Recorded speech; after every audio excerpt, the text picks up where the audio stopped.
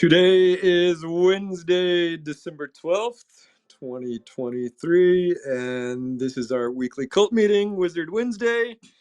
Channeling in from the Quantum Downs, this is the Black Goat of the Wood, Elflon, and joining me is Dotta, and I think Bearskin's going to be late. Hey, Dotta. Hey, Merry Christmas. Wow, I love the intro music. I was really homey. Yeah, I chose it like literally 2 seconds before I started the show. I didn't even know what it sounded like, but I'm glad you liked it. Yeah, incredible. Yeah, Bearskin is gonna be late. Do you know where he is? I don't even know where he is. I don't even know, but I tell you what, he has been opening doors left and right. And like always, we can never talk about it until the doors actually open. But man, the cult still doesn't know the degree to which they benefit from Bear's charisma. It is so true. And not only has he been opening some really big doors, but just his entire attitude has been off the charts lately. Like, he's so pumped about Forgotten Runes, just like in the last few weeks. It's fun. We have to keep moving on because I can't talk about any of his stuff. But really, it's just like, you know, I saw a tweet today and it was like, actually, you posted it. It was about being the Lindy effect of like surviving the bear effectively, right? Is Yep. that like all these other projects evaporate, the people who are left around all connected over the last like 2 years, and we just kept building and got everyone's attention. And then now, as it starts to turn, all these new opportunities are opening up. So it's just really, really incredible. Yeah, totally agree. I think a really healthy investment thesis for just anything is don't short builders, because you never Mm. know what they're going to build. It only makes sense to long a builder. And yeah, I mean, I think we know who the builders in this space are, in and out of NFTs, just crypto in general. It just makes no sense to short a builder, because yeah, there's the Lindy effect. We're not going anywhere, and there's blue chips out there that just such an obvious bet. Um, but yeah, I'm Agreed. sure Skin will be here any minute. I want to go ahead and give a huge shout out to Solopop Films for that amazing AI film trailer he made. Yeah, it's like I think it's the third one I've seen. Solopop, if you want to come up and talk about it, you're totally welcome to. But this latest one was Sure. probably the best. It's and I love what you said, which is like, how many Easter eggs can you find? Because that's like the most fun part of it is just looking for all the Easter eggs. Okay, yeah, here he comes. But yeah, I mean, Yeah, every for scene is really me, just an Easter egg. oh, yeah, I think that like some people have the ability to like just kind of imagine what Forgotten Runes would look like when it's turned into kind of like live action, and that's not me. But when I watch those kinds of videos, like yeah, it's rough, and but for in terms of AI generation, right? But you can squint and you can see a visualization of like what it really would look like to have Forgotten Runes live action. But we'll let the man himself speak to it. Hey, Solo. Hey, how's it going? I'm Solopop. good. Yeah. Yay. No, Hey, I man. had a lot of fun creating those. One thing for sure, the Wismus one, I really wanted everyone to try to analyze the scene and try if they could find their characters or Easter eggs. And like in general, like I'm not an artist. Like I cannot draw. I cannot do some of these things that the wonderful artist in our community does. And the fact that now we can, use AI to help put our ideas up front makes me really bullish on the like decentralized IPs, like what we're building, because like now pretty much anyone is able to tell their story with a lot of details. Yep. Yep. Yeah. We've talked about this, like how fortunate we are to have all these brain creative AI tools to occur roughly the same time of Forgotten Runes launching. And yeah, you're absolutely right, Solo. It's just, yeah, it's a great tool for like non quote unquote non-artists to create things. Yeah. Yeah, and I really love, were you using like the composition for the trailer that you were using? We're using like some sort of template to kind of block out the individual shots. Yeah, so you mean like Because the montage or yeah, yeah, it's super easy. I just used presets on like iMovie. They got like a bunch of yeah, like 50 different yep. trailer presets. So after that, you just generate the images, put that into Runway, and then you just like piece them out together. Well, it gets pieced automatically, basically. I've got to assume that there's other websites that have those kinds of like let's call it like trailer templates other than just like what's built into iMovie, right? Like I can remember when I was doing video editing even whatever 15 years ago. There was stock, it's not even like a stock video, but it's like a stock like cuts. Come on, film people. What is the name for this? Elf, help me out here. I'm not sure what you're trying to Final say. Cut. Bearskin, come on, Bearskin, Yeah, come Bear. on. The trailer, so basically like the beats, right? Like the beats of the trailer, they've already like plotted out where it's like, okay, now it's a close up, now it's an establishing Oh, the shot, now it's like a cinematography. build. Right. But then like but more than like the cinematography, you can actually like download a template like you have in iMovie where it's like shot by Oh, it's a shot. It's shot just like list. I mean, you call it a shot list. shot list. There you Also, go. hi, What up, co-hosted Hey. by Bearskin? Bearskin. Hey, Bearskin, aka Bear Snack, aka Bearsnake.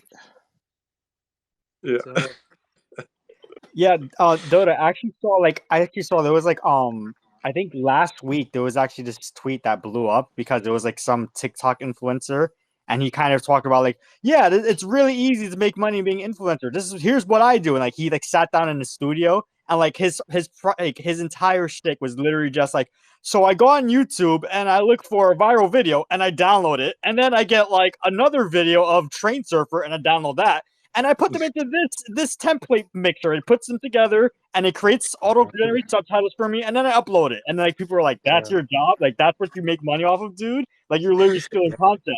But like the thing he was using was like a tool that was literally, it just made it baby easy. Like you put it together, it literally generated subtitles in a nice stylistic way for you over the screen. Like it auto like it listened to like whatever was like the commentary was in it. So like you didn't even have to write the subs out.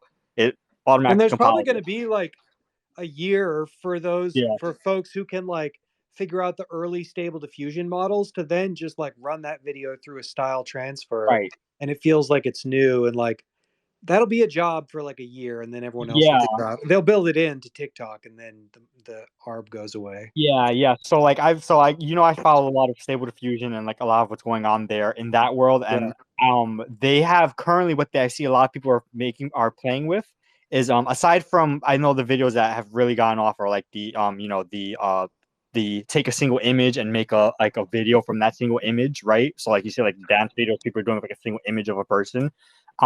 But aside from that, what I'm actually more interested in is they're taking like live feed from a webcam, and they've actually optimized the generation time so fast now with some graphics cards, a higher end graphics cards, that it can take live feed from your webcam and generate Right. over that live feed and put like a filter that's like stylized over it. So like it's still early stages, but it's really cool seeing that stuff because I can imagine that's what people are going to start gravitating to. It's going to be like you can have like a filter over your video that's going to be I want to become like freaking an orc or something, and then it'll be like bam, Yep. you can have like an orc on your webcam and you'll be able to like talk with it and stuff.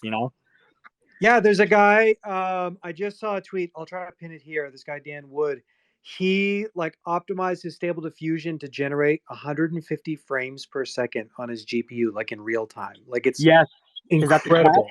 the cat, right? I'll share it up top. I'll find it. Yeah, there was somebody earlier I saw. He did like it was like just like flashing just cats in front of you. It was like 100 frames per second. It was crazy, but it was really Yeah. cool.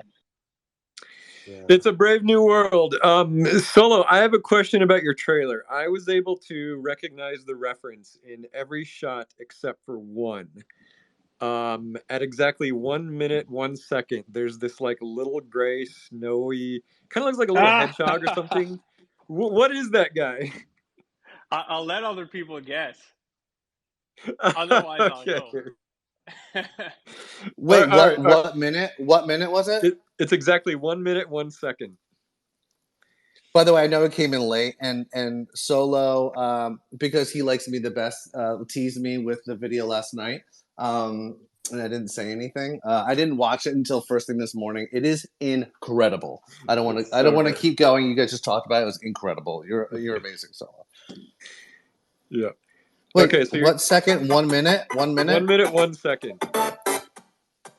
Oh, Scramps. Like, There you I go. don't think it's Scram. Hey, Is it I don't think. Scramps? Yeah, it is. Let's Oh, go! okay. Right Okay. go! Dude, I got that in literally less than a second. Yeah, Scramps wow, in I the didn't think of snow. that either. All right. Well, yeah, it's awesome, Solo. Yeah, do more.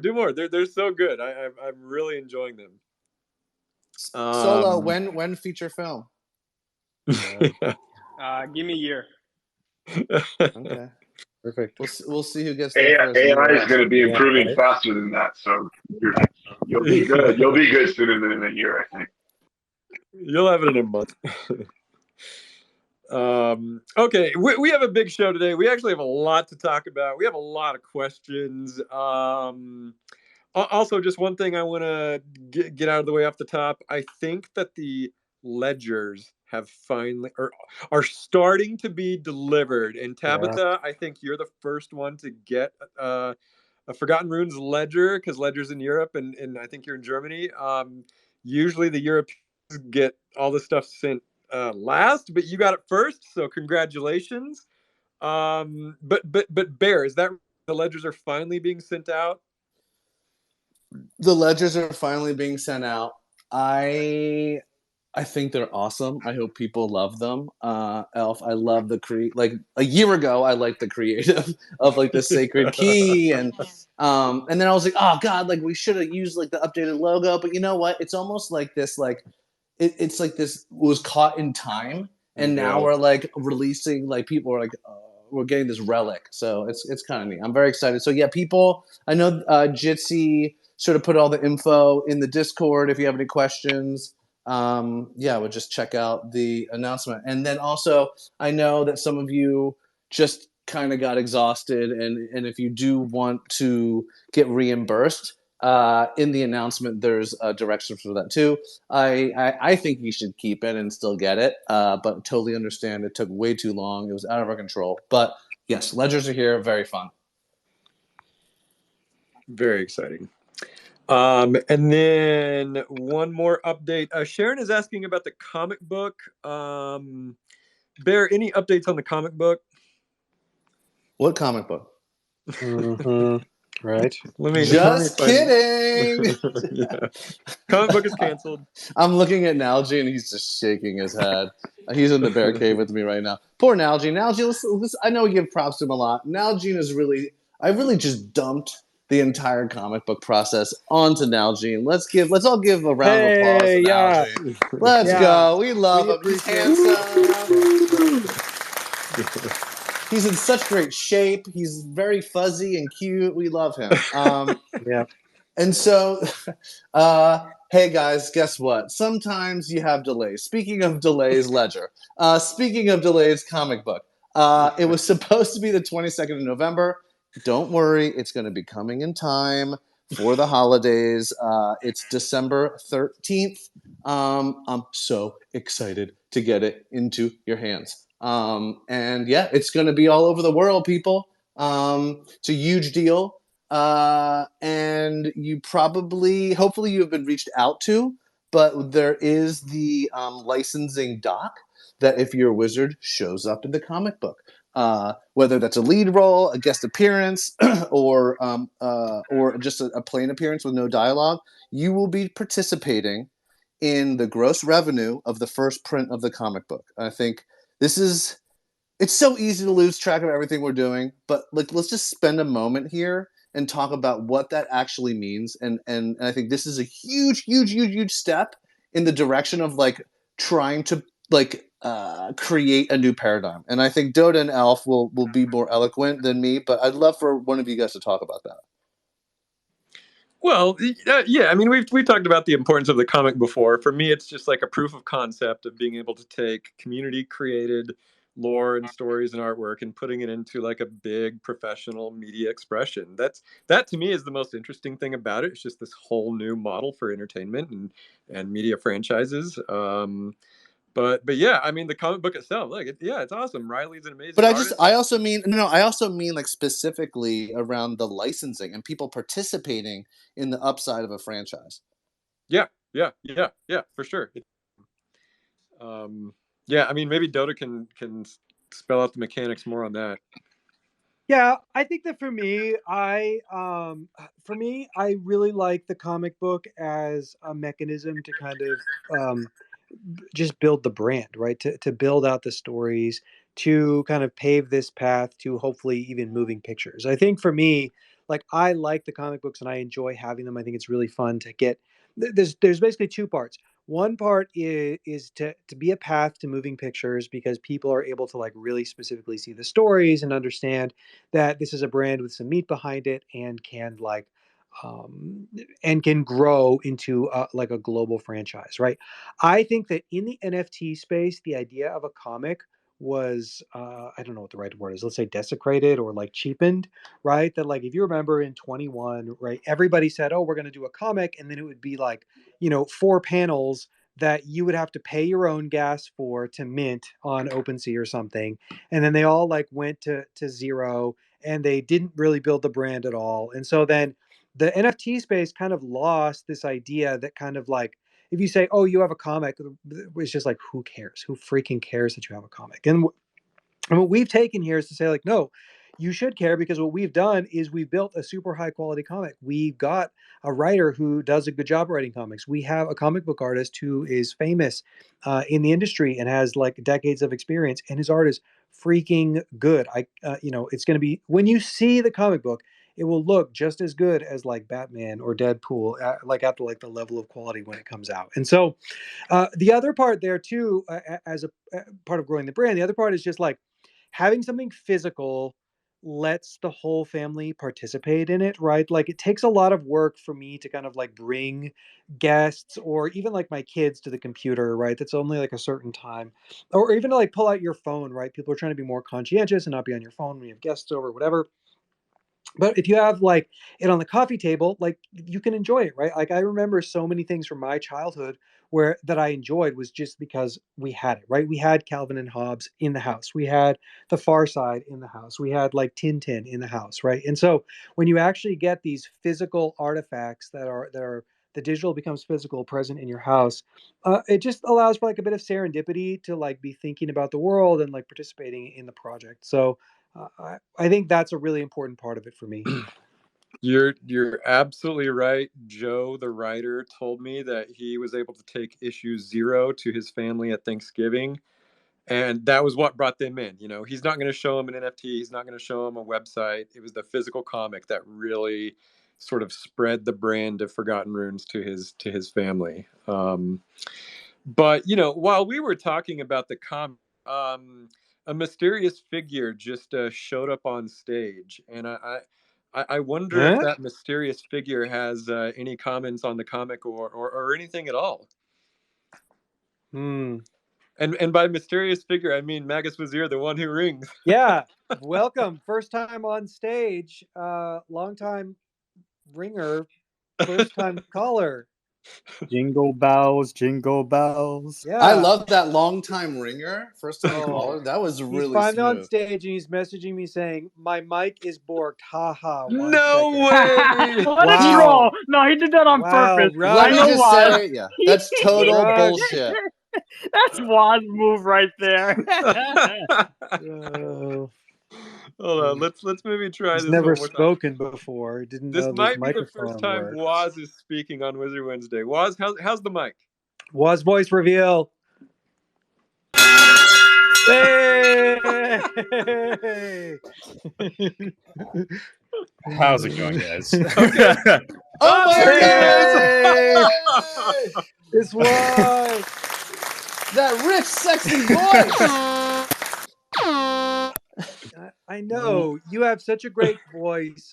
It's no like secret that we had the benefit of going to your wedding earlier this year. And like, you know, you and I don't even know if we'd even video chatted before. Like, I can't even remember if I recognized your face, maybe one time. And we got to your wedding, and I just like heard you laugh, and we knew it was you immediately. Like, you just have just it's so good to hear your voice is all I'm saying. Thank you. Yeah, I was laughing a lot at my wedding. Such a Yeah. beautiful day, but also partially because I was you know, a little bit drunk. But yeah. Hey, it's your wedding, so that's Yeah. there you go. Man, this is so surreal. 2 years later, here I am. Yeah. It really is, man. So you aren't a yield farmer alt. Who would have thought? I'm not Beeple. I'm not Elon Musk. I don't know. I wouldn't put it past him just yet, Dotta. I mean, I've been messing around with the AI voice tools, as you've been knowing, and they're getting pretty good. So Yeah, I was gonna say still. this is a really good voice changer you have, Waz. Yeah. Santa Claus. I'll be honest, we get to talk to Waz all the time, so it doesn't. I mean, it's very special, but I'm just like, oh, it's our Waz. He's here now. I love you guys. Yeah, Waz, we Say love something you. cool and funny, Waz. Bing Yeah, bong. entertain us, Waz. Bing bong a dong dong. Yeah, there you go. I think Waz coming up here really portends amazing things for 2024. I mean, this is a serious milestone that we've crossed. I think Waz coming on stage is like the was the groundhog. Like when he pops up, it's either going to be like winter or not. Like Right. when Waz pops up, we go into the bull run. Yeah, 6 more months of bull. Yeah. You know, I first revealed my voice because I was just like joining VC in the Discord, and it was like the depths of the bear market, and I was just like, man, so sad about. I don't know. I was just in like a really like down place, and so I was like, you know what the heck, like, I'm Let's just do gonna go this. for it. Exactly. So I'm glad you did, and now you can come up every Wizard Wednesday. Yeah, now you have a new job responsibility. Wait, Waz, you didn't prepare. Waz, you didn't think about what you were going to say first. Bing, bing, bong, bong was like the thing that He was rang that a the prepared bell. statement? Was that a He prepared rang the bell statement? that we sent him, which is like the biggest bell ever. I remember asking Nalgene to find that bell. Before you worked for us. Yeah, before you worked for us. How heavy is the bell? dude, it's so heavy. And you know what? You actually sent it to my parents' address. And they were super confused about why they got a huge brass bell with magnets and beer on it. By the way, understandable. Did you give us your parents' address because you didn't really know us or trust us yet? And just in case it was anthrax, it's better that it goes to your mom's house instead. Was that the calculation? I actually have no idea how you got my parents' address, to be entirely honest. This is still kind of scary. It's fine. Don't worry about it. Don't worry about it. Yeah, don't ask. Yeah, don't ask. I'm not allowed to answer that question legally. All right. Well, I have a good Waz story. I have a good Waz story. Wait, I have a good Waz story. Okay, yeah, let's hear it. So, you know, we had no idea who Waz was. Had you shared your voice before NFT NYC, Waz? Never. What? Never? Even in company, like in the company Discord? In the company Discord, yeah. You had. Okay, that's right. When I did my interview with Dotta, and you know. That's right. I remember when we were all like gathering for NFT NYC for the party. It was super exciting, and like Waz was there, Artist was there, and then like after the party, we literally didn't see you for the rest of the trip. You went off, and you were like, "I'm gonna go see all the sights of New York City." It was like, "Where's Waz? Oh, he's at the Statue of Liberty. Where's Waz? Oh, he's at the museum right now." It's like felt so burned. Yeah, I guess you guys don't really know this about me, but I'm from a small town. I really haven't traveled that much. So that was my first time in New York City with my fiance. So obviously we were, gonna go see the sights and whatnot. But I do regret not hanging out with you guys more. We gotta. How was it? What'd you think of the Big Apple? It was kind of stinky, to be entirely honest. Yeah, it's super gross. Stinky and. But no, the history and the culture was amazing. I like literally have not seen anything like close to that before in my life. So that was that was awesome. Amazing. Yeah, I don't blame you for taking the opportunity. I mean, it's see all the amazing sights of New York or hang out with Bearskin. It's not a hard choice. Yeah, I actually don't he doesn't even understand it, like and New I have York. a bit. Yeah, he doesn't Yeah. like New York. I don't even like New York, but I'm holding a grudge. I'm holding a grudge. All right, let's go to the questions. We got a lot more stuff to get to. I want to. Bill Gaines has a good question. He wants me to elaborate about the alpha that I gave last night. So yeah, quick backstory. Bear and I held a just an improv spaces last night. Bear, what'd we call it? I don't remember. Shadow Wizard Money Gang. Oh, there that's you right. go. I just remember logging in and I was like in bed. I was like past in bed. I was like falling asleep and I saw you guys are in spaces and I was like, yeah, getting FOMO. And I hop on and then Bear's like, so like, do you like comics and wizards and stuff? And the guy's like, no, not really. And yeah. I don't know who that guy was, but So you heard that and then you just hung up. You're like, yeah, these guys are failing. I'm not going to Yeah, come help my fuck. boys. no, it was fun. He was actually a really entertaining character. He seemed like a super nice guy. Yeah. Talking about his son. But yeah, so I couldn't help myself, and I dripped a little alpha last night, and so I'll do it again right now. Okay, so currently we are having a burning event for the Athenaeum items. Burn 2 items, get 1 Wismus item. We have a whole collection of Athenaeum items from other events. There are some from the Legends of Mara. And this sort of ongoing question has been, what are we going to do with these? Well, I'm happy to say that we have an event planned for them, some utility for these items. Can you guys hear me? Apparently, I'm fixing out. Yeah. You cut in and out every like minute for like 2 seconds, but it's fine. Whatever. Okay. Yeah, but yeah, again, we have some utility plan for these Athenaeum items. Is basically the point. Dotta, do you want to elaborate on that, or Bear? I don't know. I don't like sharing things until they're ready, but I think that we love the Athenaeum items. We think that okay. Here, how about I tell you some things that I love? I really love. Did you guys ever play King's Quest 2? And so in King's Quest 2, you were the servant of this great wizard, and you lived up in this house. And the wizard would go to town every day, and what you had to do is, collect the fly's wings, or he'd have a leftover bone of mutton, right?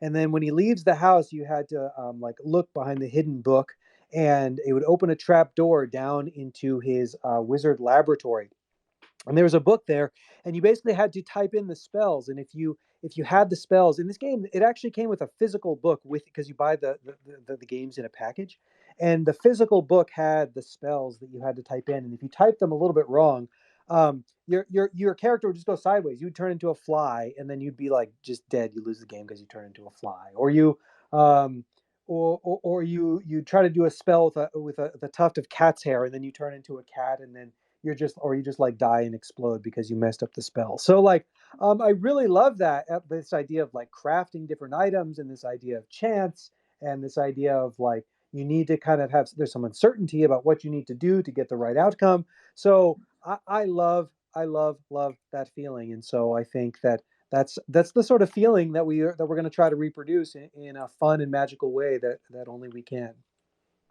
Yeah, the key word was crafting. And I think a lot of people have collected Athenaeum items based on themes. So like I know a lot of you like just collected all the books, or all the eggs or whatever. For those of you who did that, I think that's gonna be meaningful for this event. So I guess that's all we can say about it for now. But it's going to be very exciting. Should I go into sales chat and just say exactly what you guys won't say, or no? No, I don't don't do that. Fine. Let's see. I think 2 lore questions, and then I think I want to go to probably the most fun topic, which is the AIP Goblin Town 8 DAO drama. Machi DAO. Yeah, exactly. Mochi So DAO. let me hit these two lore questions first. So Noah is asking, are there any gods in the Runeverse? Maybe this has been answered before. So yeah, Noah, we have talked about this before, but I always love going over these things again, especially lore things. So yeah, let me just give a quick answer to that. What I always start with on almost all lore is the real world. And so what kind of gods and religions do we see in the real world? Our planet harbors in tens of thousands of gods and demigods and supernatural beings, and they're all sort of denominated by thousands of religions. And so it's the same in the Runiverse. In the Runiverse, you've got different cultures, different belief systems. Um, you've got different gods and demigods. Some peoples have whole pantheons of polytheistic gods, and some are more inclined to monotheism. If I personally had to elucidate a god tier ranking, I would say Ouroboros is pretty high on that list. Because Ouroboros speaks to so much of what the Runiverse is all about. Which is to say that it's a history, which is to say the Runiverse is all about history composed of a never-ending cycle of memes and narratives and stories and events that just repeat over and over. And so when we put our marks on history, when we put our runes on the door, so that we're not forgotten, Ouroboros speaks to that. The concept of samsara in Eastern religions talks about this cycle a lot. And samsara even talks about liberating yourself from this cycle. So maybe part of that liberation is just making a mark on the world that is so unique that you break the wheel. And then just another thing that I think is really interesting is about gods and spiritual traditions is that there's always a deeper magic. C.S. Lewis explored this idea a lot in the Chronicles of Narnia. Theoretical physics wonders about this, like when they're asking what happened before the Big Bang. All all religions and mystical traditions talk about the various levels of mysticism, these levels of magic, and there's always one that's deeper. No matter how deep you go, there's always something deeper. The tree of life in the Kabbalah talks about this. The Bible has the Gnostic Gospels. The Hadiths of Islam provide endless interpretations of the Quran. And so, if you look at the Ouroboros, there's an eye in the middle of it, suggesting an even deeper level of magic than the Ouroboros. So yeah, just I think when we think about the gods of the Runiverse, I would just encourage everyone to embark on their own journey themselves and see what they can find. I thought you were going to say, like, I was a god. Bearskin is definitely an old pagan god that a lot of hillbillies in the hills sort of sacrificed. And I think that like the Book of Lore also has like the beginnings of religions within the Runiverse like starting to come out, right? So for example, we talked about a few weeks back, maybe even a few months now at this point, like over the summer, we talked about the lore from Sorcerer Zane of the Atlantis, where he basically talks about the illuminated, right, that worship the holy arcanist illuminus of the heaven, right, and they call on him for divine illumination. So I think that an interesting thing about this idea around the gods and the religions of the Runiverse is like in part created by the people that contribute those sorts of stories to the Book of Lore. 1000%. Yeah, I think Give a Hoot did this awesome Wikipedia entry about the sevenths and how there's a whole cult around the gate to the seventh realm, and they're always trying to bring forth the supernatural being behind the gate. George R. R. Martin did this, had a really interesting on this where he talks about the old gods and the new. there's there's a bunch of different religions in Game of Thrones, and so yeah, I don't think there is like one dominant religion or god in the Runeverse. It's just as varied as the real world. Yeah. Who's gonna start the cult in the Runeverse game? I think we have that. I think Orbis is probably the closest thing to that. If you've ever read like any of the stories from his characters, they seem to like kind of follow this figure, and sometimes it kind of compels them to do stuff. So I like those stories a lot. If you want to read cult stories, read the stuff that Sharkchild's put out. I think the Cult of the Cucumber. I get it. was I'd one follow of a the big eyeball. Yeah. Okay, and then Matto, you had a good question today. You said, what was the reasoning behind Old Scratch being a jolly fellow? I noticed him in the festive imagery this year. So yeah, if you guys go to the Advent burn page on our website where the Athenaeum burning is occurring, yeah, I put Old Scratch in the scene.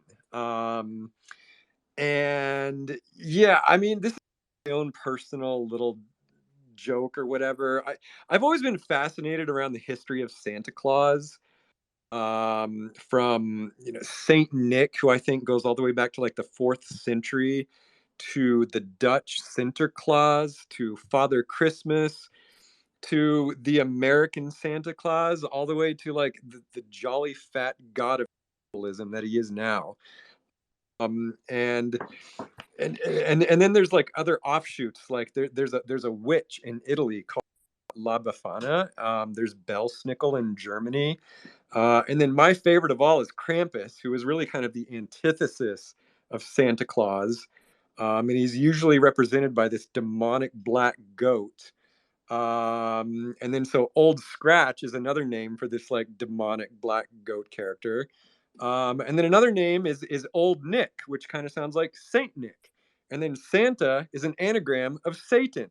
So is Santa the devil? I don't know, but like this whole like mimetic territory is just really fascinating to me. So that's why I threw him in there. My parents used to always say that Santa is an anagram of Satan. They were not a fan. Yeah, there's a really funny Saturday Night Live skit from like, I don't know, 10 years ago doing that same thing. But yeah, I don't know. I just think it's interesting. So I Old Scratch in there. Okay. All right. We're halfway through. Do you guys want to talk about the AIP?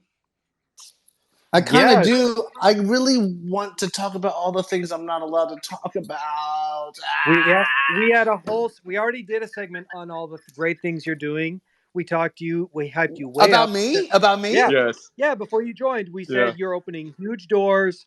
That the cult doesn't know the stuff that you're doing, so they can't fully appreciate it.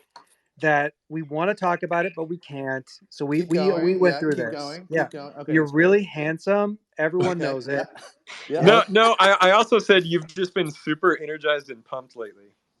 Yeah. I feel so good about everything that's going on. Oh my god, I'm so excited. Okay, let's talk about AIP. No, wait, hold on. I want to stay on that for just a second. Yeah, you have been in such a good mood lately. I have too, but I haven't really liked it as much as you have. But like every day we talk to Barry, he's just so energized. I don't know if he's drinking energy or you're just opening so many doors. Like, but yeah, I mean, I can't wait until we can reveal all the stuff that you've been.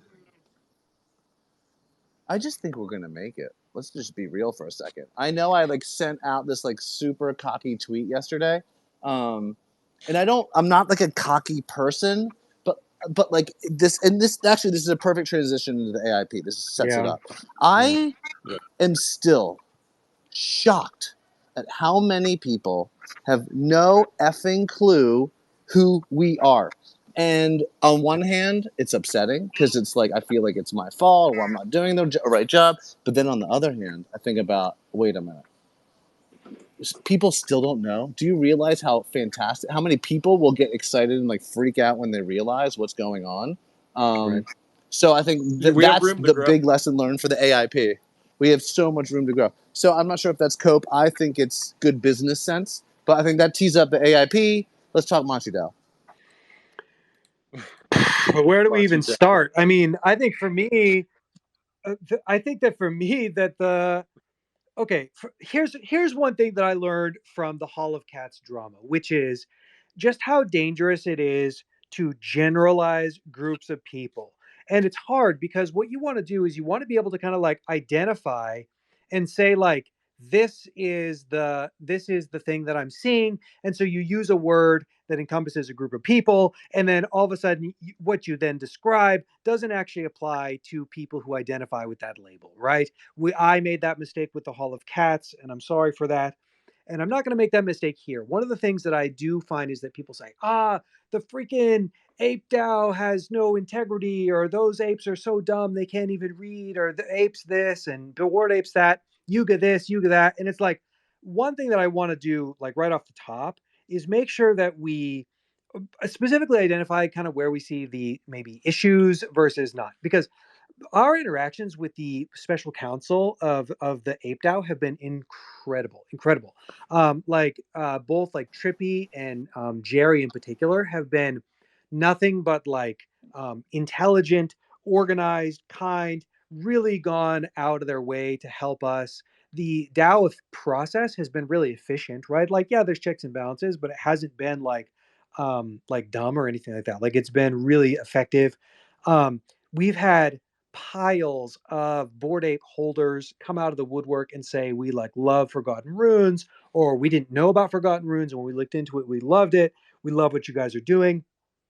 I for sure don't think that like the AIP being voted down is at all representative on Bored Apes or the council or even the DAO as a whole, right? And that's not even just me being political. It's literally just like the facts of how I see them, which is like so many people support us and say good stuff about us. Really what I think is maybe the big issue that I see with like the Ape DAO proposal is that there's 350 million tokens outstanding, right? The supply is way higher, but there's 350 million tokens outstanding. And typically only about 30 million of those tokens vote. And out of those, about 14 million are controlled by Machi and Mochaverse, right? And Mochaverse has its own kind of whales within the system. So what you basically have is that the votes are sort of swung by two people. And Machi, of course, the last thing that he voted for was for the Treasury to give him $14 million to sweep the floor of apes and then sort of donate these to a museum, and he's in charge of that process, right? And so he's not really like looking to say, oh, can I find a game that becomes a utility for ApeCoin that like burns ape. Like, he's not like entrepreneurial in that way, insofar as like, or that's not his goal for ApeCoin right now. He's more looking for like, how do I make the ApeCoin number go up? And he owns a lot of it, so fair enough, right? The good thing about Machi is at least he's participating in the process, right? Like, he talked to us on Spaces twice. He's involved in voting. For me, I'm kind of like, where's the other 320 million votes that aren't even getting involved in the process, right? So I don't know. Those are some of my thoughts. Basically, I think that the DAO and the council have been incredible.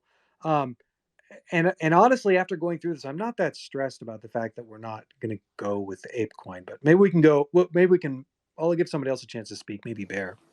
Yeah. I just want to go on record, and the whole team feels like this. This was like, there's literally zero bad feelings towards the DAO. Honestly, even Machi. Yep. I think it's sometimes it's important to go through a process and get tires kicked, right, and get poked and all this stuff. And we did that. Like, that was the opportunity. And I think, if I'm being selfish, we actually are a net positive out of this, because it was like basically the best reverse marketing scheme of all time. Right. And so I actually feel great about it. We actually just got an offer on Goblin Town this morning from a very reputable group of people that we like.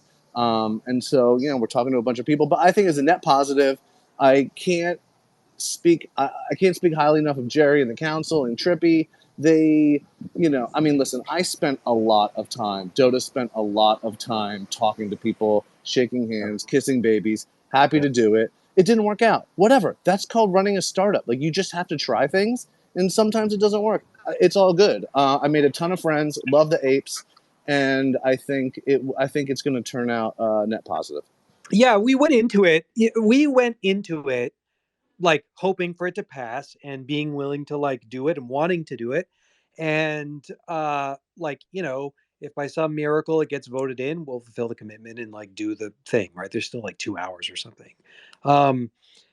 But I think in all likelihood it's going to fail, and that's fine. And I think that one of the outcomes, the silver lining, like you said, is that like a ton of apes started like paying attention to us and the brand and our company, and they see it and they're like, $2 million, this is ridiculous. And they start doing their homework and they're like, oh wait, this team is really good. Like everybody says that your team is good.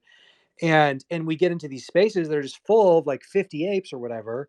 And now, you know, Machi is saying forgotten runes like 12 times an hour. And so the side effect has been like really net positive for kind of like growing our brand in the wider NFT space. But I'm And just I'll, really annoyed that they tried to blackmail us with money. I think they can right, get why, and the earth will judge right, them. yeah, No, they didn't. I I Give just just, them want to. the banner. yeah, I just want to reiterate like why we even did it in the first place. Two really big reasons was one, we wanted a huge prize pool for winners of the game, and two, we wanted to expand our Forgotten Runes reach beyond our community. And like honestly, just doing the AIP took care of that second thing. We've got a Yeah. lot of new connections to apes, met a lot of fun people. I think some new apes have joined the cult, bought wizards. So really, like, you know, half the plan worked. yeah, and I think the third point is like we never even thought about submitting to the ApeCoin DAO. We were like asked to do it by the council, and because they really saw the value in what we were doing, and they were like, you know, we discussed at length. This could be a great case study for how a prop can be funded and return value, all the things. So like we were asked to do it, we did it, we saw it through, and like no harm, no foul.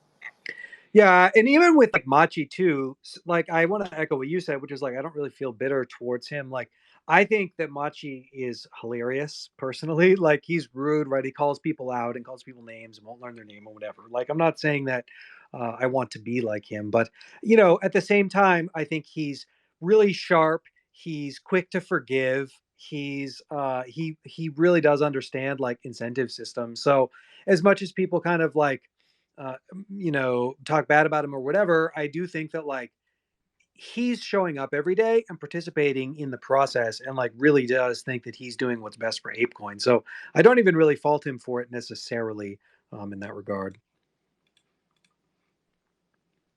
Yeah, it's been a good process overall.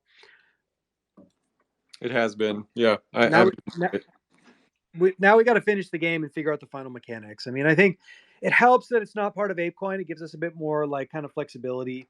I think that we'll probably try to double down on like holder benefits. I think the game is on chain, so making changes or to mechanics is like somewhat involved, but at the same time, you know, maybe there's something around like, you know, bigger airdrops or whatever for like holders. So yeah, stay tuned for those things. We are still talking to like a couple different chains, a couple different platforms, a couple other tokens even. So you know, I think really when it's all said and done, the game is going to be fun and have a lot of like we're going to probably have a partner when we actually launch it. Here's a question I actually have for the cult. I'll tell you what. um One of the things that came up talking to the apes was that they said, we don't want this to run for 9 months. That's ridiculous. I don't want to have to sit and pay attention to this game for 9 months. We want this game to run for like 2 to 4 weeks max. And I thought that was really interesting. Like, uh, so that's actually a genuine question that I have to everyone here in the cult. What do you think? Do you want Goblin Town to run for a year or 2 years? Or do you want us to run something that is a 4 week program? I mean, I think our partner will probably have an opinion there. You know, like let's say that we decide to put it on Ronin or something. Like maybe they say, well, no, our crew here is going to want to play a game that lasts for a long time, and so fine, fair enough. But definitely curious to hear what the cult thinks if they're looking for like this Dookie Dash 2 week progress, like 2 week like blitz, or something that lasts a bit longer term. So yeah, interested to hear. People are giving some interesting answers in the Secret Tower right now. But it is a good question because, yeah, I think we initially thought it would last for months at least. But yeah, I mean, there's certainly other options there. Yeah, and I Yeah, think. that. Oh, go ahead, please. Go ahead, Per. Oh no, the Yeah, only that. thing. The only thing I'll say is, it's important. Not every ecosystem is the same, right? And so user profiles in different ecosystems want different things, and so I Right. think whoever we go to will have to tailor to that style, right? Or like what motivates those people. Yeah, it was just interesting to hear the apes say that because they were directly comparing it to Dookie Dash, their main comparison. And so it threw me when I heard it. I was like, I only imagine Goblin Town in seasons. And seasons would be, the way that you break up gameplay. But it was interesting to hear that they're like, oh yeah, we want it in 7 days because you can maintain a hype cycle different that way. Bridge, how long do you think one season should last? I want to hear Jitsy's take, but I think a month, 2 months max. Okay. I know that's hard to turn around. I know that's hard to turn around with mechanics, but that's like the attention span we're dealing with. I'm a big believer. Excuse me. I'm a big believer in the game mechanics should define things like that, right? Like, I don't think it was a very fair comparison to like compare Dookie Dash to Goblin Town in any stretch at all. I mean, I understand, I guess, like 2-week period, sure, but I think this game should last a little bit longer. I think it'd be more fun that way.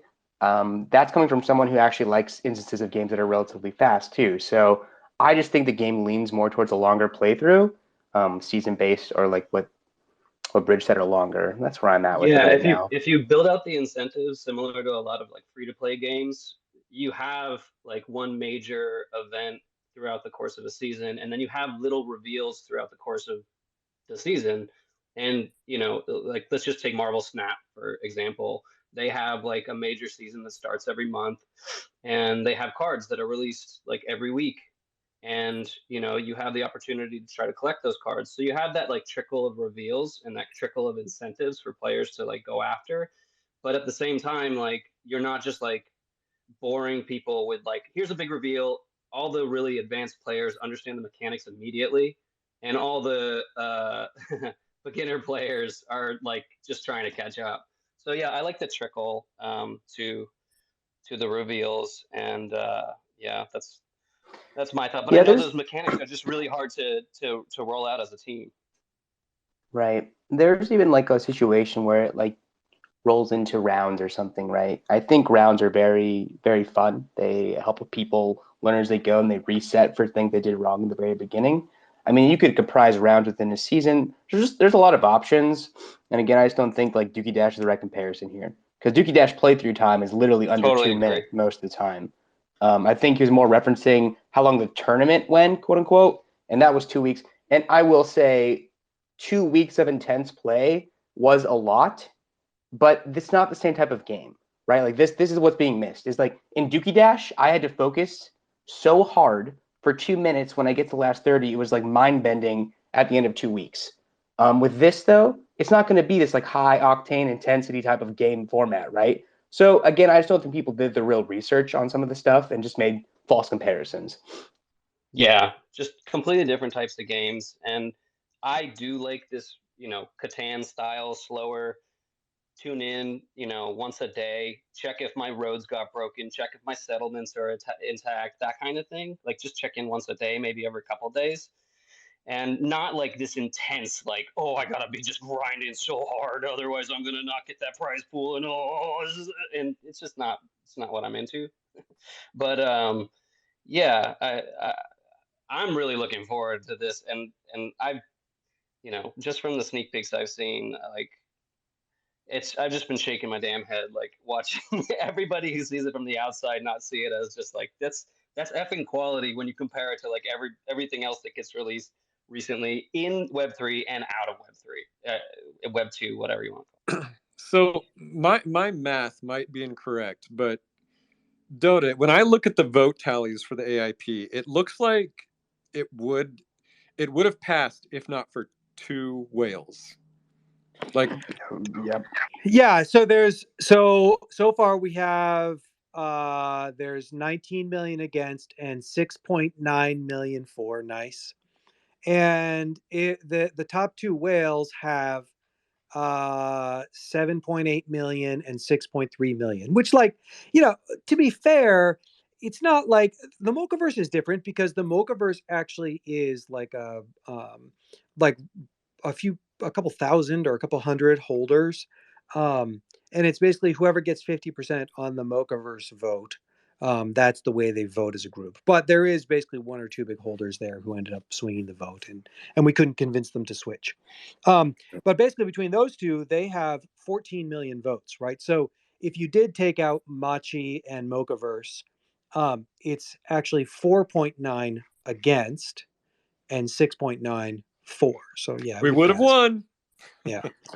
But, again, I think from my perspective is like so many new opportunities have come out as a result of this conversation. And the ape, I will say that like many of the ape holders that we talked to are quite skeptical that I was starting to question myself if it would even ever be possible to sort of like meet their standards. I don't know if that makes sense. Like, even as much as I'm confident in our abilities to ship the game that we designed, I feel that there's like an attitude of like it could never be good enough in their mind if it passed something like that. And so there's this idea where I'm like, I've kind of made my peace with it. Maybe I'm even actually like, it's weird to say relieved because like I wanted it to win. I mostly at this point just want to win because of my ego of like I wanted to win. Like I tried something, I want to win. But at the other hand, I can see that there's like it might be maybe it's better that it doesn't pass, something like that, or that we can make the most of it anyway. Is what I'm saying. Well, and specifically because Bearsnake looks like he found some other opportunities for the game anyway. Right. So Yeah, boy. I think we got some good feedback from it, and at the same time, I think it's also hard to take a lot of the feedback that we received to face value because a lot of it does feel like it's very like unfounded, like pretty much like what was said before. Like Jitsi covered it perfectly when they brought up like Dookie Dash. It's like that's a completely different kind of experience in game. Like Right. like I can understand this is probably going to be something that we log into and like we spend like 15 minutes of like like upping our resources and keeping up with, and then kind of logging off and then kind of like refreshing through it. So that's something that I can imagine like being prolonged because like it's like you experience in like short windows. You kind of have your fun, do your research, do your strategy, and then kind of like log off instead of like I'm gonna be on this like like 8 hours because I want to make sure there's only a limited span of time for this tournament and I need to get like the highest score or whatever. And I'm going to start hiring because they start talking about like, hiring people from like other countries to do it for them and stuff like that. And it's like, I don't know if this is really going to be that kind of game. Like maybe you can hire somebody else to work for you for it, right? But like, I'm not sure really how that will really work for you considering like the kind of game that this is, Right. That was So- Jay Mander's comment, which I thought was brilliant, which is something like, yeah, I don't think I'll be able to hire someone from a third world country to play for me. So I think this like AIP is negative AV, right? It's like, that's not the point. The point is not to create a Yeah. game that you hire someone from the Philippines to play for you. Right, exactly. Like that's not what this game is aiming for. And so I feel like if that's the frame of reference that they're going for, it's like it's understandable why they have like such like a hesitant reaction to like a lot of things that the game is presenting, right? Because like they're completely misaligned with what they think is happening. And maybe part of that is because like maybe we didn't represent it in like a way that made that more obvious, right? But like another part of it is that, like I don't even think that they were tuned in enough to really recognize what was being brought up. So like no, like I said, there was a lot of nice feedback, but I think there was a lot of noise in that feedback too. So it's kind Yeah, of like 90% of them didn't even read it. So. right. They were like, yeah, some of them were saying they're like, oh no, I'm reading it up right now, like right on Spaces. Yeah. So it's kind of like you're not gonna really get much out of it, especially because you're coming in with like a negative bias and you're reading through it, it's like, oh, this looks like crap, right? It's like you didn't really read it beforehand. You were just talking up here with Machi shooting shit, and now you think that's crap. I think I even heard one of them say, "Hey Bear, read it to me." live on this space. We were on a call Right. with a lot of really great people who are like tied in with the Mochaverse DAO or that group or whatever, and they had gone through a proposal process, and they literally were like, we were talking to the heads of Mocha, and they said that people just vote, and there's like just proof that no one even reads anything. They just default click 0 no. It's crazy. Right, and they even said like sometimes if you just go to all the people who vote no and say like, hey, can you vote yes on this? They're just like, oh yeah, sure, no problem. Like I just wasn't looking, but at the same time, there were there were those people, but I also really don't want to pass over the people that there were lots of folks who did read the proposal, who put time into talking with us, who supported us or didn't for whatever the reasons were. Like I actually don't think that it mostly failed from people who weren't paying attention. I think it mostly failed from people who just had a difference of opinion about what they were looking for from the Ape DAO. You know, I agree with that. The people who have the Yeah. biggest votes, besides, I would say, I can't confirm with Mocha, but like, you know, Machi and some of these other big holders, the Mega Coda, I mean, they grilled us Yep. as they should. We were asking for Yep. a lot of money. Yeah, the And Mega they were Coda. smart. The Smart Mega Codus questions. grilled us, and they were smart and really nice, and they ended up voting for us. So yeah, shout out to Cosmo for putting that together. I think in general also it kind of like speaks to like this is probably something that we see in pretty much every democratic process, right? Like I think anything that you put up like for a vote for like anything, especially like if you look at like real life government, it's like people just kind of like it's really easy to swing votes from people because like people don't have like the attention span or they don't have like they don't really care too much, but like they know they should. So it's like I'll just throw in a vote for like whatever, right? You know, oh my family kind of wants this, I'll vote for that, right? Or like you know I just kind of I have a feeling for this, you know. And I feel like you know that's just kind of general. Like it's not really like indicative of just Ape DAO. I think every democratic process is going to have like a huge portion that's Hell just yeah. like I thrown agree in. because we had the similar issue too, which is like, how much do you put in the proposal? Because like we had the people who were like, oh, I'm just reading it now on the spaces when it's like 2 days into the vote, and then we had other people that like complain. They're like, this AIP is like so high level. If I'm going to give you $2 million, I expect way more detail than this. We really need details. And like, I look at, and you know, so it's like damned if you do, damned if you don't, right? Like somebody wants less detail because they don't have the attention span.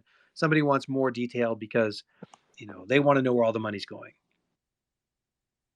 Right, and I think both of those, like exactly you said, like down if you do, down if you don't. Both of those are very like they have their pros and cons, and you can't. There's no way to really do both of them unless like maybe we can take that as like maybe we have like a condensed version for like a like you know baby here's just baby points and like a more expanded version, but like at the same time there's only so much you can expand the scope because like people are going to always ask for more. Like how granular do you want it to be before you're like satisfied with it? Like I saw somebody like ask for like you know do you have like the LinkedIn's of like the people who like dev'd it and like artists like I mean, like in general, like Magic Machine said they were developing it, and they posted the artist group Pixel, like Pixel Shop. Like, do you want the individual members to kind of like dox themselves, right? Like, how granular do you want it, you know? Right.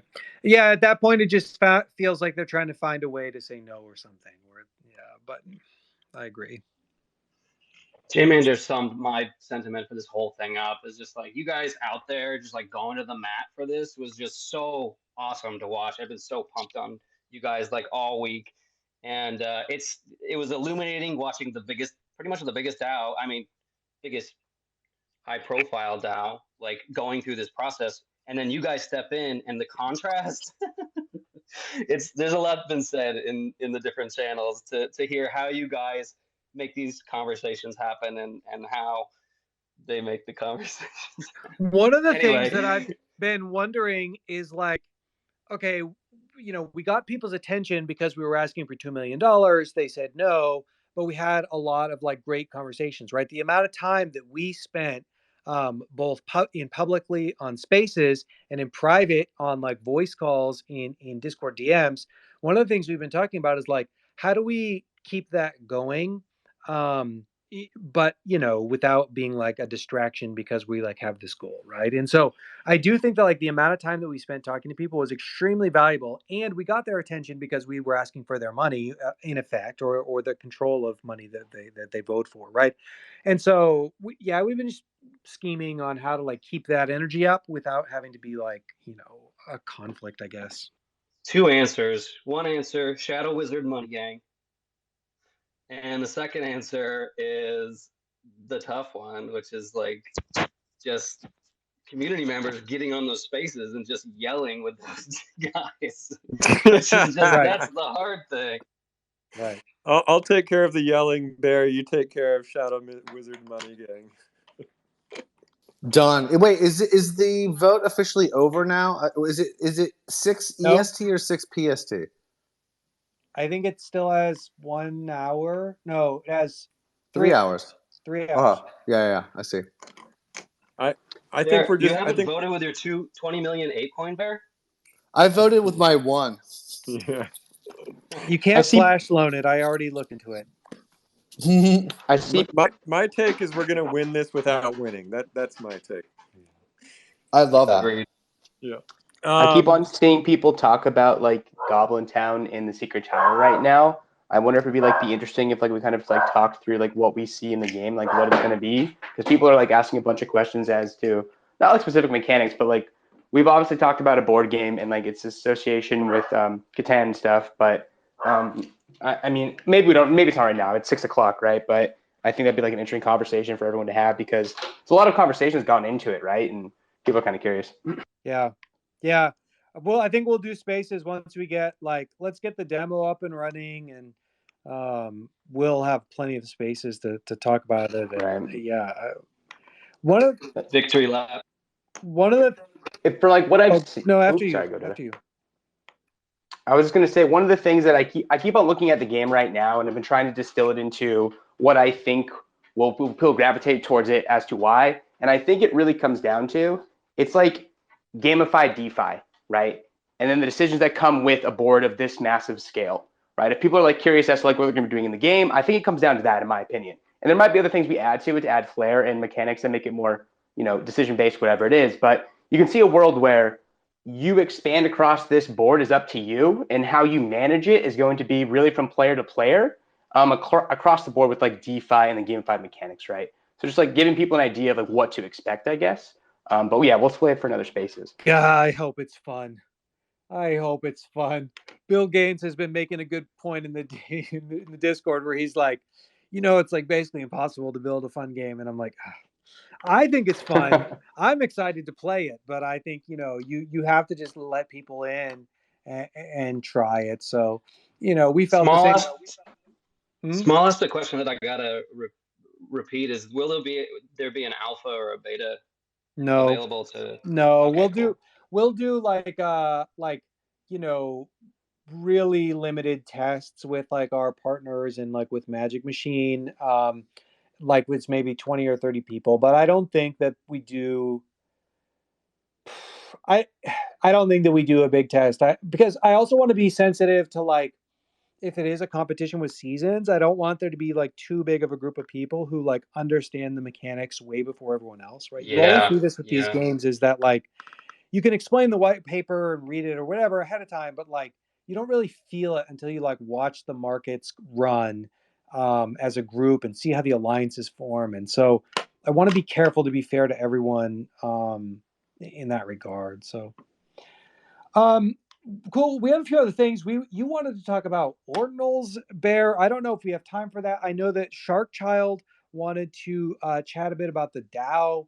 Let's do the DAO. What did I want to talk about Ordinals for? No, wait. I wanted to ask about the Ordinal drama. You can answer it quickly. Are Ordinals being deleted forever? No. Oh my god. Can I just mention something that I saw just now on X?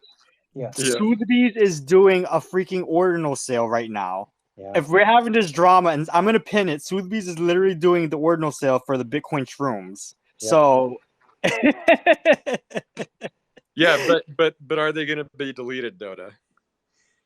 No. The Sotheby's, the art house?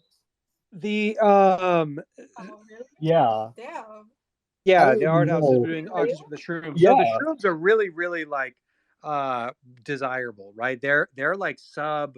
I think that the earliest shroom is like 200 or maybe earlier, right? I think maybe there's one of the ones in the Sotheby's auction is like 53 or something, ordinal 53, super duper early, and really desirable within that community. I tried to get the wizard hat one for like a month, and then they just kind of like canceled the mint. So whatever. So the current drama is around the Bitcoin developer Luke Dash Jr., who it basically has always sort of seen ordinals as a scourge on the chain.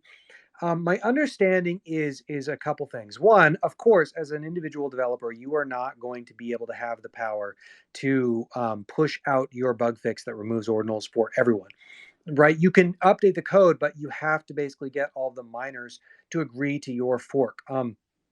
One of the things that people are seeing in Bitcoin is this idea that with the halvenings, the security budget shrinks and shrinks, and ordinals are actually a very high fee generator for the Bitcoin chain, right? Even some people going as far as to saying that ordinals sort of solve the security budget for Bitcoin. I don't know if I'd go that far, but I do think that the miners earn more money with ordinals than without. And so right out of the bat, like right out of the gate, you kind of have this incentive for the miners to not roll in his patch. The other thing is my understanding, and I could be wrong here, my understanding is that his change only allows you can't create new ordinals. I don't actually think that it stops the existing ones, but I'd have to double check that. Someone can correct me if I'm wrong. So there's also a sense in which really like if that were to happen somehow, now all of these ordinals become like ultra grails because they're like a fixed supply of whatever 5 million, however many there are right now. So you don't even think that's necessarily even a bad situation if you have ordinals already. But I don't really think that's actually realistic. So, okay, so to sum it up, it sounds to me like you've got this rogue idealistic Bitcoin developer who has his own personal beef towards ordinals. He's trying to push a quote fix to get rid of them, but the majority of the miner community probably won't accept that fix because they are financially incentivized against it. Is that basically it?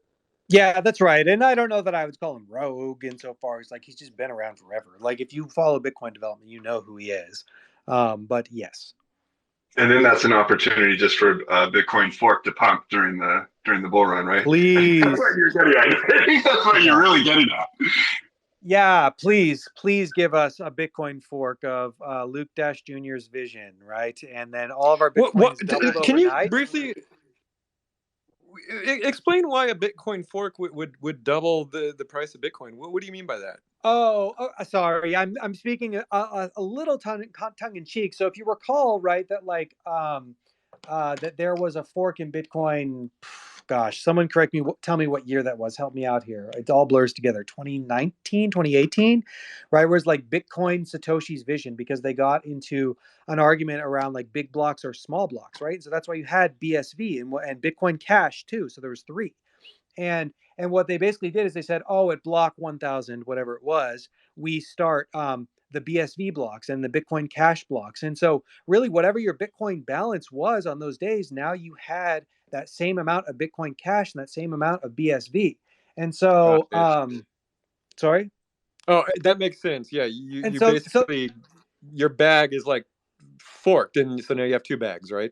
That's right. Yeah. And the market kind of chooses how much one is worth. And like, Bitcoin Cash was only worth whatever it was, 10%. Everyone is going to like go back and criticize me for getting all these numbers wrong. But the basic story is right, which is, BSV was like 10% of a Bitcoin. So for every Bitcoin you had, it's like you could just sell it immediately and get like 0.1 of a Bitcoin. So that's what reference to my tweet where I'm saying, like, please let him fork and create, Bitcoin Luke Dash Jr.'s vision, because now we just get a free airdrop on this new chain and we can sell and buy. We also learn how cults are formed and how religions form into different denominations. You know what I'm saying? It's right. History developing right in front of our eyes. You know what's interesting? Deep, yeah. You know what's interesting is that we actually had this in Ethereum when we switched proof of stake, because there was a proof of work. Ethereum Classic. No. That's Ethereum Classic, but I'm talking about something else. I'm talking about recently when we moved to proof of stake.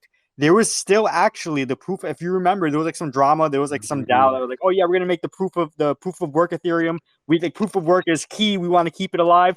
And so like there was actually a fork for a very small time because it got pretty much like no support. But like if you're quick enough, you had that forked Ethereum proof of work, and you could have dumped it and you could have gotten money. I wasn't fast enough for it because it was like you had to like create, like do the custom relay for it and stuff, and I kind of didn't want to deal with it. But like, if you were there for like that first day, you could have made an actual bag off of that. Now, I mean, it has no support. Nobody cares about it. That didn't even turn into a thing. But they Yeah, wanted to Bitcoin, make it. BSV and Bitcoin Cash like all had like Shark says their own denominations who kind Right, of like right. hung on and gave them value. And I think, I think it's easy for us to kind of like criticize, let's say, Luke Dash Jr. for being so conservative and a traditionalist for Bitcoin. I do think that like criticizing Bitcoin maximalists is you're standing on the shoulder of giants, right? It was their fundamentalist, like zealot-like belief that sort of like bootstrapped cryptocurrency into a reality in the first place. So you do have to be careful about sort of, criticizing your fathers who sort of gave you the land you walk on, and the infrastructure that we have now. So I do think that like that deep conviction and that deep level of belief is what got us here to where even this space today. But yeah, I do think that like given that we can kind of move on and have it adapt to new realities. Yeah, I would just say though that the conservatives of today were the progressive revolutionaries of yesterday. So There you go. it's yeah. So yeah. I mean that's a whole other ideological conversation. But yeah, we are so over time. Can we do the cult content chronicle I before want to we give go? Shark a couple minutes to Yeah, chat yeah. about I the just needed DAO. one Oh yeah, thing. Shark, what I do you had got? one thing to announce from the Forgotten Council. We wanted to join in with the Wismas festivities. So, yeah, in the frosty realm of the Berg, where snow whispers secrets and ice holds mysteries, there dwelt a warrior bold and bright, Emerson by name. His heart, forged in the chill of the longest winter nights, beats with the warmth of Yuletide cheer. Here begins the Wismas Warrior Competition, a quest for the merriest of tales and the wittiest of arts. Whether through the stroke of a pen or the click of a mouse, weave your digital magic into a tapestry of laughter and good spirits. Let mirth reign supreme in your creations, for Emerson's saga is one of joy, battling not with blade, but with belly laughs and a giant ham bone. May your entries be as abundant as snowflakes and as unique as each crystal's design. So yeah, we're just gonna have a fun warrior competition running for the next week. We'll put out more information like today or tomorrow where you can submit your work on an online forum. You can even submit AI art. We'll probably limit that to one per person if it's going to be AI, but just create anything, any lore, like an image, writing, AI, video, anything. And we'll have a little vote at the end of the submission period. And then the winner will get Emerson of the Berg, which is this really cool warrior. And I'll post it right now in the tower. Emerson of the Fun. Berg. All right. Emerson of the Berg. Orbis, where can people go? Oh yeah, I see him right now. That is a phenomenal warrior. He's got a giant ham bone. He's beautiful. He's just beautiful. He's ready. He's right for just fantastic lore, and just we'll see some fun stuff. I think. Yeah, I think My God. the exact count like voting and stuff, me and Orbis are kind of like finalized through, but it's gonna be pretty much like it's gonna be have submission. I'm gonna put a channel for submissions, and then another channel where there's like a form to fill out. And I think the best way to do it is kind of like almost like kind of like a blind submission. That way, like I think one thing that I see with a lot of contests is that if you do like emoji votes, it's really easy for people to kind of just dogpile on like whatever has like the highest votes because like it's just like psychological, right?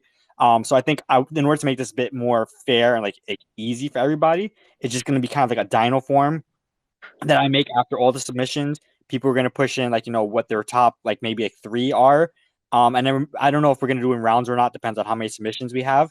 But I think we're going to do it that way, and then we'll just publish the results at the end. Like these are the ones that won. And so like just keep an eye out. I'm going to probably post like in the DAO channel an actual announcement when that's like all like rolled out. But yeah, that's going to be the general process for it. So, Woo! All right. All right, fun. That's such a good warrior. I love it. I like how our Wizard Wednesdays have slowly been rolling over 6 o'clock as the bull starts to ramp up. Can you imagine in the middle of the bulls like 3-hour sessions? I'm so ready for it. 3-hour Wizard Wednesday. Get ready for it. Say less. I'm ready. I'm so ready. All right. Well, yeah. Thanks, Sharkchild, and the intro you gave for that was pretty badass. Yeah, Okay. Week 46 of the Cult Content Chronicle, compiled by The illustrious Tanya Del Rio. Okay, kicking things off. So Tanya posted Solopop's first. I think this was his first trailer that I saw, and I think he's done 2 others since then. But yeah, this he started off with this one at the top of the Cult Content Chronicle. Malevolent.eth posted just a beautiful pixel animation from our good friends over at Pixel Shop of his so good. warrior. Yeah, they're so good. And Malevolence Wizard is just one of my favorite wizards in the entire collection. Just a real beautiful piece. Man, speaking of beautiful pieces, Battle Mage Bull commissioned someone named Pizza Frankza. I haven't seen their work before, but this is great. It's got the Ouroboros in there and Battle Mage Bullock himself. Why Sam has been doing one floor wizard a day until wizards reach 1 ETH. And yeah, I think that's such a fun idea from Why Sam. Feckless Mage did a really fun with a Sharpie and a Post-it note. Some of the most high class art materials that money can buy. I love Feckless's sketches. I think they're some of my favorite pieces from Feckless. Hiwana 43 finally completed this banner.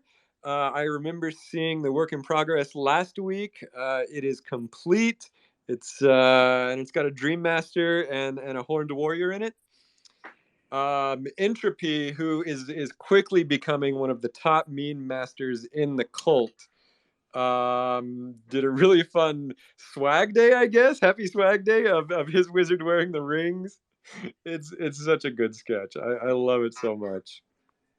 Entropy also put my head on Elon, immortalizing the trials of Elflon, Bearsnake, and Dotta.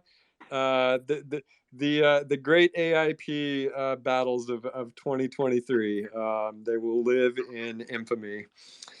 Cosmic Birds did a really fun copy pasta. If you guys want to take part in that copy pasta, go to the Cult Content Chronicle. There it is. It's entry number 9. Ozma Bro did a really nice pixel painting recently for the Friends of the Tellier. Just a beautiful image of Oz walking through the woods. Speaking of Oz, that was one of my favorite scenes in Pop's trailer. I'm pretty sure I saw Oz in the trailer. It was really good. Ozma Bro also posted a tantalizing glimpse into another work in progress. Yeah, this looks like a warrior. But I don't know what it's for. But yeah, it is indeed tantalizing. Magus Devin, looks like you're in some legal trouble with 8.5 million pounds of a mushroom factory in your house. Magus Devin, if you need a good lawyer, I know a few kobolds. I laughed so hard at that picture when I was like doom scrolling in the morning. I fell out of my seat. That was a good one, Meta. Yeah. Yeah, I hope you're okay, and you've got a good kobold lawyer. I'll be Meeple bunking Dad. with Sam. Oh, what's that? I said I'll be bunking with Sam next week. Okay. Meeple Dad, this is one of my favorite pieces of the week. Meeple Dad's 12-year-old daughter. Apparently, she was able to buy herself a new computer from the money she made from doing art for the Forgotten Runes cult. That's amazing. That is so great. More of that.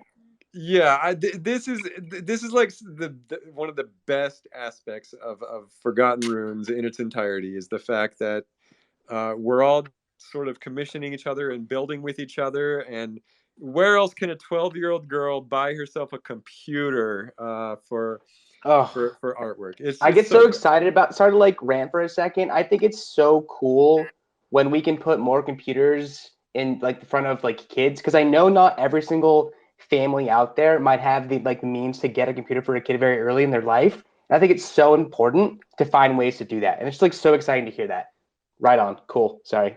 No, Jitsi, I totally agree. And what I've just realized is Meeple Dad's daughter may have given Waz the courage to come up and speak today, because I'm seeing in this drawing it says "Bing Bong," and those were the words that Waz spoke to us today. Full circle. Full circle. Exactly. Or borrow. Okay, another really fun piece was from Kazan. I think it's AI generated of the Jack Frost hat. Beautiful AI piece. Looks like Toro the Video Ghost. Oh, I think this is a meme from Waz. Yeah, I'm not going to read it because it's not going to come off as funny if I read it. Just go look at it. It's a Toru meme. Another really fun sketch was from Vera T, with a very charming illustration of the three of us conjuring a wizard from, I would say, the Book of Lore. Really cute illustration. Urshin NFT put their rune in the snow. It is indeed that time of the year. Tanya Del Rio did a really cute illustration of everybody's favorite bread friend. Yeah, just a beautiful little sketch. Let's see. Merlin got Forgotten Worlds featured in Hypetopia. I don't know too much about Hypetopia, but I saw a lot of people posting about this, and it looks really interesting. It's Forgotten Worlds. Remember Forgotten Worlds? And then they built Minecraft. They built on Minecraft. It's Merlin. It's Merlin. Yeah, they had to rebrand because Minecraft did the whole we hate NFTs, and then they literally pushed out Minecoin. I kid you not, they pushed out their Minecoin, which isn't a cryptocurrency, it's just their Funbucks coin. But they were like, we hate crypto and NFTs, and then they killed all the projects, so they had to rebrand. And then the Forgotten Worlds Chads rebuilt their own version of Minecraft from the ground up. They're so good. I did not expect that. I think I might even minted NFT Worlds, and I 100% did not expect that team had the technical capabilities to rebuild Minecraft. It was a free mint too. I remember this mint so well because I was so psyched for it, and they free minted out, and they've been busting for the last. It was 0.25 no. gas. No. Yeah, oh, and gas. Yeah, gas. I'm kidding with you, but yeah, it was so crazy in gas. Yeah, they're talented. Wait. So Merlin built Hypetopia? No, but he's like a big. What? No, I'm kidding. I'm kidding. No, he's not on the team, but he's he has a bunch, and then he built Forgotten Worlds, right? Our yeah, I knew that. Server. Yeah, in Hypetopia. Oh, okay, got it. Okay, yeah. Okay, got it. Which used to be called NFT Worlds or something like that. Got it. Okay, now I get it. Yep, sweet. Very cool. Okay, Baron Court Komodos, they're starting to hatch. I know mine are not hatched because I think or maybe they are. Was that 9 days ago? I think mine are about ready to hatch. They haven't hatched yet. Regardless, a bunch have been hatching. I have to wait for mine. Yeah, and I think the hatchery is still open. I think there's still eggs available. Yeah, we talked about this last week, but yeah, the Baron Court is just one of the coolest projects in all of the cult. So yeah, go check that out. Speaking of one of the coolest projects, or speaking of cool projects, Black Sands, a new race is starting, the Shadow Solstice Soiree. Join the Forgotten Runes Discord to roll some dice and win. But yeah, brand new map, brand new race. It's so cute. It has snow. I'm a sucker for snow. Yeah, it's very cool. Love Black Sands. Magic Monday news live from the Obsidian Tower. Special guest was Castamere and Inhuman. Treat of the week was the Lucky Cat. And apparently there's a new game, a Wizard Scavenger Hunt. Jitsi, were you part of this scavenger hunt? Yeah, was one. He was so swift on. Basically what happened was there was a key picture or word or something from the ecosystem that you had to go screen grab.